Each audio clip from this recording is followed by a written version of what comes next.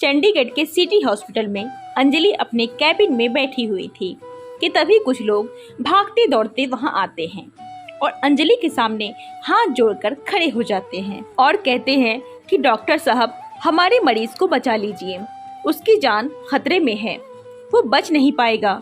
अंजलि कहती है कि धीरज रखिए और आराम से मुझे बताइए कि क्या हुआ है। वो दोनों आदमी जो बाहर से आए थे वो कहते हैं कि साहब, हमारे मरीज का एक्सीडेंट हो गया है और वह बहुत गंभीर है, जल्दी से आप उसका ट्रीटमेंट शुरू कर दीजिए वरना उसकी जान जा सकती है। अंजलि फौरन उसके साथ आती है। उस मरीज को वेंटिलेटर पर लिटा करके अंदर लाया जा रहा था। जैसे ही अंजलि की नज़र उस मरीज पर पड़ती है जो जख्मी हालत में था, और देखते ही अंजलि की आंखों से आंसू बहने लगते हैं। बड़ी मुश्किल से वो अपनी आंखों से उन आंसुओं को रोकती है और फिर पहुंच जाती है अपने कैबिन में। वहां कुछ डॉक्टरों को बुलाती है, उनको दिशा निर्देश देती है और फिर उसका इलाज शुरू हो जाता है। तो आखिर दोस्तों, वो कौन था मरीज जिसको देख करके इतनी बड़ी डॉक्टर अंजलि की आंखों में आंसू आ गए थे? और वो सिटी हॉस्पिटल की ऑनर थी। अंजलि एक छोटी डॉक्टर नहीं थी, बल्कि एक बहुत बड़ी डॉक्टर थी। तो चलिए दोस्तों, पूरी कहानी आपको विस्तार से सुनाऊं। बस एक रिक्वेस्ट है कि प्लीज़ चैनल को सब्सक्राइब कर दीजिए और दोस्तों वीडियो को लाइक करना ना भूलिए। हमारी मेहनत को देखते हुए एक लाइक तो हमारे लिए बनता ही है। दोस्तों, तो ये बात 2015 की है। अंजलि कुछ नसब वक्त में पढ़ाई कर रही थी। अंजलि का सपना था कि वो पढ़ लिख कर डॉक्टर बने। उसके माता पिता की तरफ से भी अंजलि को खूब छूट दी गई थी कि बेटी, तुम जितना पढ़ना चाहती हो उतना पढ़ सकती हो। जिस फील्ड में भी अपना करियर बनाना चाहती हो उस फील्ड में अपना करियर बना सकती हो। हमें कोई एतराज़ नहीं होगा। आगे भविष्य में तुम्हें जो करना है उसके लिए हमारी तरफ से पूरी छूट है। लेकिन एक बात ध्यान रखना बेटी, जब करियर बनाने की बात आती है ना, तो फिर अपने आप को बड़ा संभालना पड़ता है। और एक लड़की खासकर अपने आप को जितना संभाल करके चलेगी उतना ही उसके लिए फायदेमंद होगा। बाप का इशारा बेटी समझ रही थी कि वो किस तरफ इशारा दे रहे हैं। यानी उसका सीधा सीधा कहने का मकसद यही था कि वो किसी लड़के के प्यार व्यार के चक्कर में ना पड़े। लेकिन अंजलि जिस कॉलेज में पढ़ती थी उसी कॉलेज में राहुल नाम का एक लड़का पढ़ता था। दोनों हम उम्र थे और दोनों ही एक क्लास के छात्र थे। इस वजह से अंजलि का राहुल से चक्कर चल जाता है और बात पता चलते ही अंजलि के माँ बाप तक पहुँच जाती है। जब अंजलि के माँ बाप को इस बात का पता चलता है कि मेरी बेटी तो प्यार के चक्कर में पड़ गई है, तो अब उनको फिक्र सताने लगती है। इससे पहले कि उनकी बेटी उनकी इज्जत का कचरा करे, वो उसकी शादी कराकर उसका घर बसा देना चाहते थे। इज्जत के साथ उसको घर भेज देना चाहते थे। बाप ने बेटी को पहले ही समझाया था कि अपने कदम बहकने मत देना, लेकिन यह उम्र लगभग 20-22 साल की ऐसी ही होती है कि इसमें अपने आप पर कितना ही कंट्रोल क्यों न रखो, लेकिन अक्सर कदम बहक ही जाया करते हैं। राहुल और अंजलि की मुलाकात जो है वो पढ़ते पढ़ते अब इस हद तक पहुंच चुकी थी कि जब भी उन्हें टाइम मिलता कॉलेज के बाद वो अक्सर पार्कों में कॉफ़ी शॉप पर अपना टाइम गुजार लिया करते थे। उसके बाद जब अंजलि को पता चलता है कि उसके पिता उसके लिए कोई लड़का तलाश कर रहे हैं, तो वो शादी के नाम से कांप जाती है। क्योंकि एक तो अंजलि का सपना डॉक्टर बनने का था, दूसरा वो अभी शादी करना ही नहीं चाहती थी। इसलिए उसने अपने घर वालों से साफ तौर पर कह दिया था कि मेरी अभी शादी करने की ना ही तो उम्र है और ना ही मेरा कोई भी इरादा है, इसलिए आप मेरी शादी की फिक्र छोड़ दीजिए। अंजलि के पिता कहते हैं कि बेटी, ऐसा नहीं है, अगर ज़रा सी भी ऊंच नीच हो गई तो क्या होगा, तुम लड़की ज़ात हो, तो मैं समाज में किसी को मुंह दिखाने के लायक नहीं रहूँगा। रही तुम्हारी पढ़ाई की बात, तुम शादी के बाद भी अपनी पढ़ाई पूरी तरह से कर सकती हो।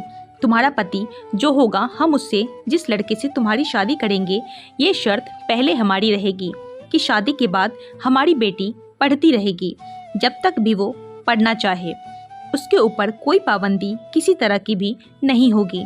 अंजलि अपने बाप के सामने बहुत मिन्नतें करती रही, खुशामद करती है, लेकिन उसका बाप नहीं मानता है। आखिरकार एक लड़का उसको चंडीगढ़ में ही पसंद आ जाता है और फिर उसके साथ उसका रिश्ता तय कर दिया जाता है। जब अंजलि के पिता अजय को देखते हैं तो वो एक बिजनेसमैन था जो कि बहुत अच्छा उसका कारोबार था। उसको देख कर के अंजलि के पिता उसे पसंद कर लेते हैं और फिर शादी की तारीख तय कर देते हैं। आखिरकार वो दिन भी आता है जब अंजलि की शादी का दिन था। अंजलि ना चाहते हुए भी दुल्हन बन जाती है और फिर अपने माँ बाप की खुशी के लिए वो इस रिश्ते को कबूल करने के बाद अजय के साथ शादी के बंधन में बंध जाती है। जब अजय के साथ अंजलि की शादी होती है तो अजय अंजलि को पाके बहुत खुश हो जाता है, क्योंकि अंजलि एक तो बेहद खूबसूरत थी, दूसरे ऊपर से पढ़ी लिखी बहुत ज़्यादा थी। शादी होने के बाद दोनों की गृहस्थी बहुत बढ़िया तरीके से चल रही थी। अंजलि ने अजय से कहा कि मैं अपनी पढ़ाई पूरी नहीं कर पाई थी, इसलिए मैं अपनी पढ़ाई जारी रखूंगी और मुझे जो है आगे चल के डॉक्टर बनना है। अजय ने भी उसको कह दिया कि मुझे कोई एतराज़ नहीं है, तुम अपनी पढ़ाई पूरी करती रहो। उधर अजय शादी होने के बाद अपनी खूबसूरत पत्नी को पाकर, एक तो बेहद खूबसूरत पत्नी थी, ऊपर से उसने अब काम धंधा के ऊपर ध्यान देना बंद कर दिया था और 4 दोस्तों में बैठने लगा था। उसकी वजह से सीधा सीधा वो अब शराब का सेवन करने लगा था। और दोस्तों, आपको पता है कि जब ये शराब जिंदगी में आती है तो फिर बड़े बड़े घरों को तहस नहस कर देती है। बड़े बड़े महाराजाओं को भी इसने बर्बाद कर दिया है। यही हुआ था अजय के साथ भी। आने वाले टाइम में भागते हुए अंजलि ने अजय को वर्ण करना शुरू कर दिया था कि अजय, मुझे लगता है कि तुम शराब का सेवन करने लगे हो, इसको यहीं पर छोड़ दो, और इस शराब को अगर तुमने ज़्यादा मात्रा में लेना शुरू कर दिया तो फिर ये हमारी हंसती खेलती जिंदगी को बर्बाद कर देगी। मगर अजय पत्नी की बात को अनसुनी कर देता है, वो उसकी बात पर ध्यान ही नहीं देता। अब इस शराब की वजह से जब अंजलि को टोका टाकी करती तो दोनों के बीच में झगड़ा होने लगता। अंजलि दोहरी जिंदगी जी रही थी, एक तो वो पढ़ाई कर रही थी, दूसरी जब वो पढ़ने के बाद आती घर का काम भी उसे ही करना पड़ता। ऊपर से अब पति शराब पीकर आता तो वह उसके साथ उल्टी सीधी हरकतें करता। अंजलि दिन की थकी हुई होती, घर का काम भी आकर करती, ऊपर से पति की उल्टी सीधी हरकतों से उसका मन जो है अब चिड़चिड़ा सा होने लगा था।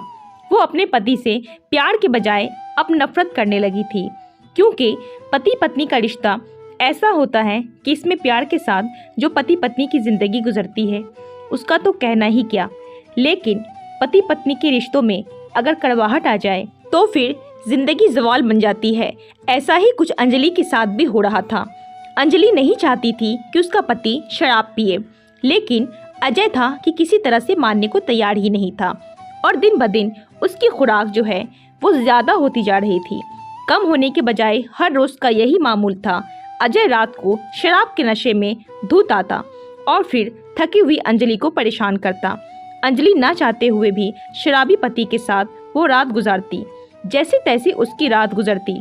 अब अंजलि अपनी किस्मत पर आंसू बहाने लगी थी और अपने टाइम को यानी अपने आप को कोसने लगी थी कि उसके माँ बाप ने उसके साथ ये कितना बड़ा अनर्थ कर दिया है कि मेरी शादी इस बेवड़े के साथ कर दी है।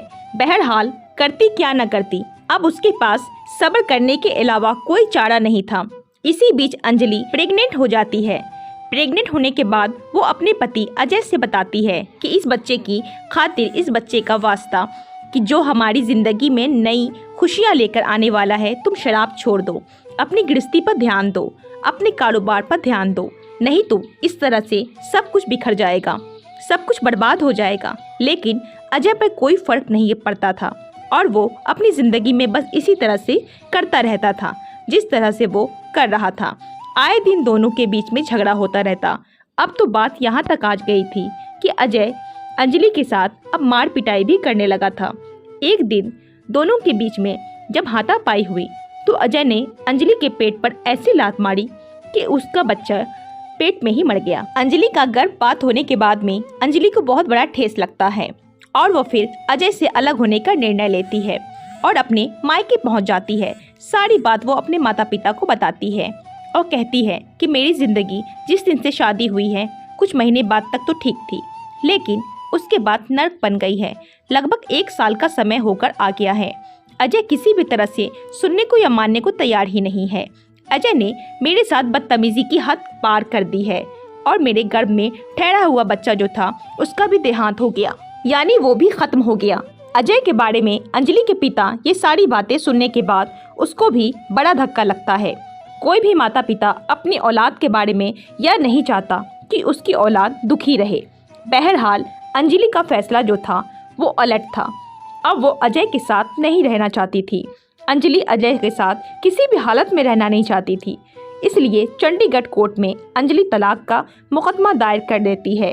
अपने पति से छुटकारा पाने के लिए कोर्ट में अपना केस फाइल कर देती है।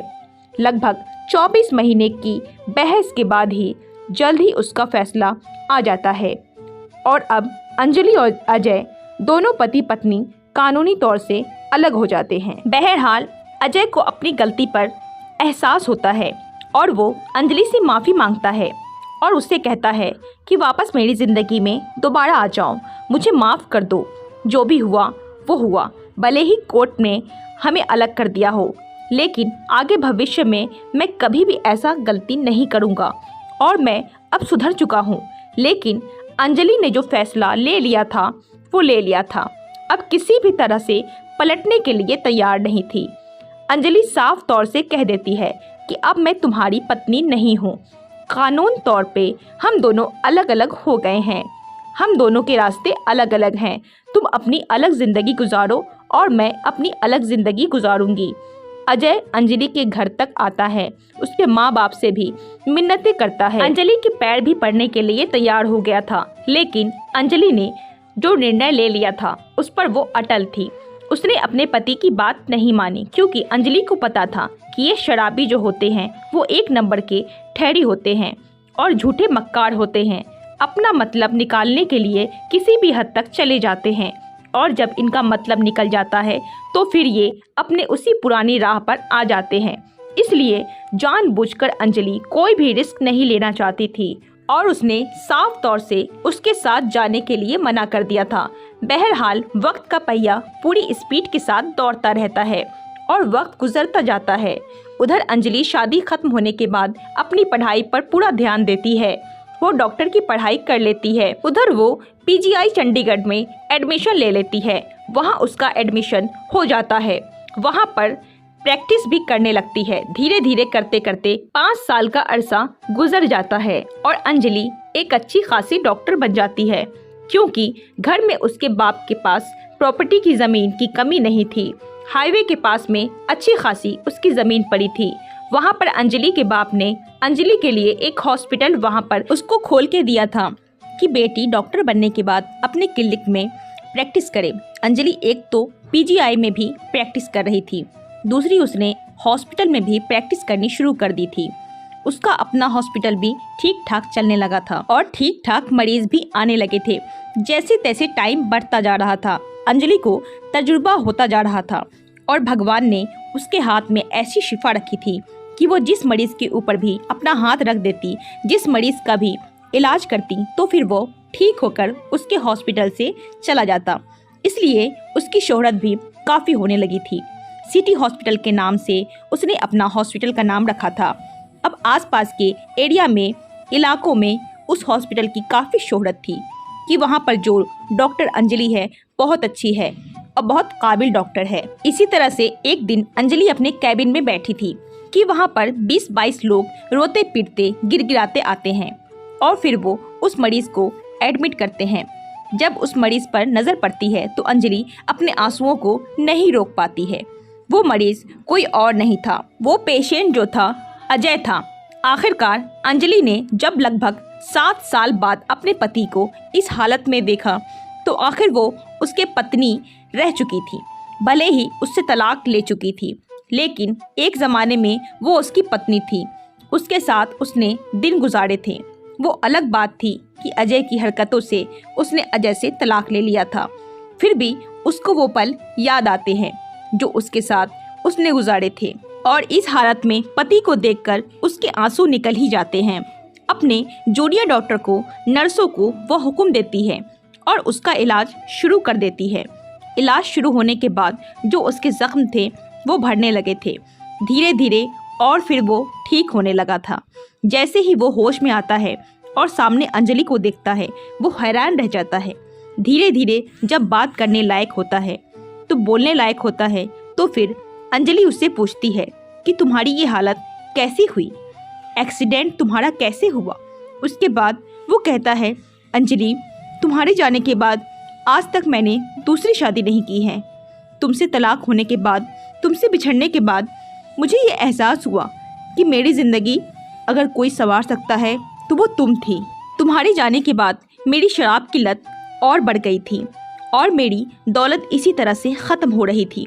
समझ में नहीं आ रहा था कि क्या करें। अब कोई संभालने वाला भी नहीं था। घर वाले भी मेरे ऊपर ध्यान नहीं देते थे। घर वाले ने भी मुझे रोकना टोकना बिल्कुल बंद कर दिया था। बस इसी तरह से टाइम गुजर रहा था। हर वक्त शराब के नशे में रहता था। आज मैं गाड़ी से कहीं जा रहा था, शराब का नशा था।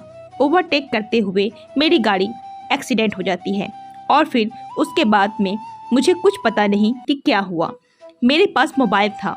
कुछ लोग बताते हैं कि उन्होंने मेरा मोबाइल उठा करके मेरे घर वालों को फ़ोन किया। फिर मेरे भाई, मेरे पड़ोसी यहाँ पर आते हैं और लाकर तुम्हारे पास एडमिट करा देते हैं। अंजलि से वो हाथ जोड़कर अपने किए की माफ़ी मांगता है और कहता है कि अंजलि, मैंने जितना तुम्हें परेशान किया था जब तुम मेरे साथ शादी के बंधन में थी, उन सब बातों से मैं माफ़ी मांगता हूँ। और आज भी अभी तक मैं शादी नहीं की है और मैं चाहता हूँ कि तुम मेरी ज़िंदगी में वापस आ जाओ। अंजलि कहती है कि ऐसा तो नामुमकिन है। शादी के बारे में मैंने बिल्कुल ही छोड़ दिया है सोचना। कॉलेज के ज़माने में मेरा एक प्रेमी था जिसको मेरे पापा ने बिल्कुल चाहा ही नहीं था कि मैं उसके साथ प्यार करूं। इसलिए उन्होंने मेरी पढ़ाई भी पूरी नहीं होने दी थी और तुम्हारे साथ शादी करा दी थी। शादी होने के बाद मुझे पता चला कि पति कैसा होता है, कि जिस आदमी को आप जानते भी नहीं हो, अपना सब कुछ छोड़ने के बाद भी उसके साथ शादी के बंधन में बन जाते हो और फिर वो तुम्हारी सुखी रहने के बजाय परेशान करता है, मारता है, पीटता है, शराब के नशे में उसके साथ उल्टी सीधी हरकतें करता है। ऐसे होते हैं पति। तो फिर ऐसे पतियों से तो फिर मैं बिना पति के ही सही हूँ। उस दिन के बाद मुझे मर्दों से नफरत हो गई है शादी के नाम पर, और ये मैंने निर्णय लिया है कि मैं शादी ही नहीं करूँगी। डॉक्टर बनने का मेरा सपना था, मैं डॉक्टर बन चुकी हूँ और मैं सेवा भाव के लिए ही पेशा करती हूँ, ना ही पैसों के लिए, और ना ही मैं अपनी शादी करने के लिए ये काम करती हूँ। एक सेवा भाव के लिए लोगों की सेवा करने का जज्बा मेरे अंदर है, उसको लेकर मैं ये काम करती हूँ और बस इसी तरह से अपनी ज़िंदगी गुजार दूंगी। मेरी माँ बाप बहुत कहते हैं कि बेटी शादी कर लो, लेकिन उस दिन के बाद, तुमसे अलग होने के बाद अब शादी करने को मन ही नहीं चाहता। बहरहाल कुछ दिन वहाँ उसके हॉस्पिटल में वो एडमिट रहता है। अजय का जो भी इलाज चलता है, जितने दिन भी उसमें खर्चा होता है, 1-2 लाख रुपए, वो भी अंजलि नहीं लेती है और फिर हाथ जोड़कर उसे विदा कर देती है और बस जाते हुए यही उससे कहती है कि मेरी आपसे रिक्वेस्ट है, क्योंकि तुम्हारे साथ मैंने काफ़ी टाइम गुजारे हैं, कि ये शराब छोड़ दो। अगर ज़िंदगी तुम्हें बाकी जो मिली है ये वरदान है। तुम मर भी सकते थे, जितना तुम्हारा खतरनाक एक्सीडेंट था। भगवान के लिए इस शराब को छोड़ दो और अपनी ज़िंदगी को हंसी खुशी से गुजारो। अजय अपने घर चला जाता है। इधर अंजलि अपने हॉस्पिटल में लोगों की सेवा आज भी कर रही है। तो दोस्तों, कैसी लगी ये कहानी कमेंट करके ज़रूर बताएं। अच्छी लगी तो वीडियो को लाइक करें और अगर चैनल पे नए हैं तो प्लीज़ चैनल को सब्सक्राइब करना ना भूलें और नोटिफिकेशन के बिल को ज़रूर दबाएं ताकि आने वाली वीडियो सबसे पहले आप तक पहुँचे।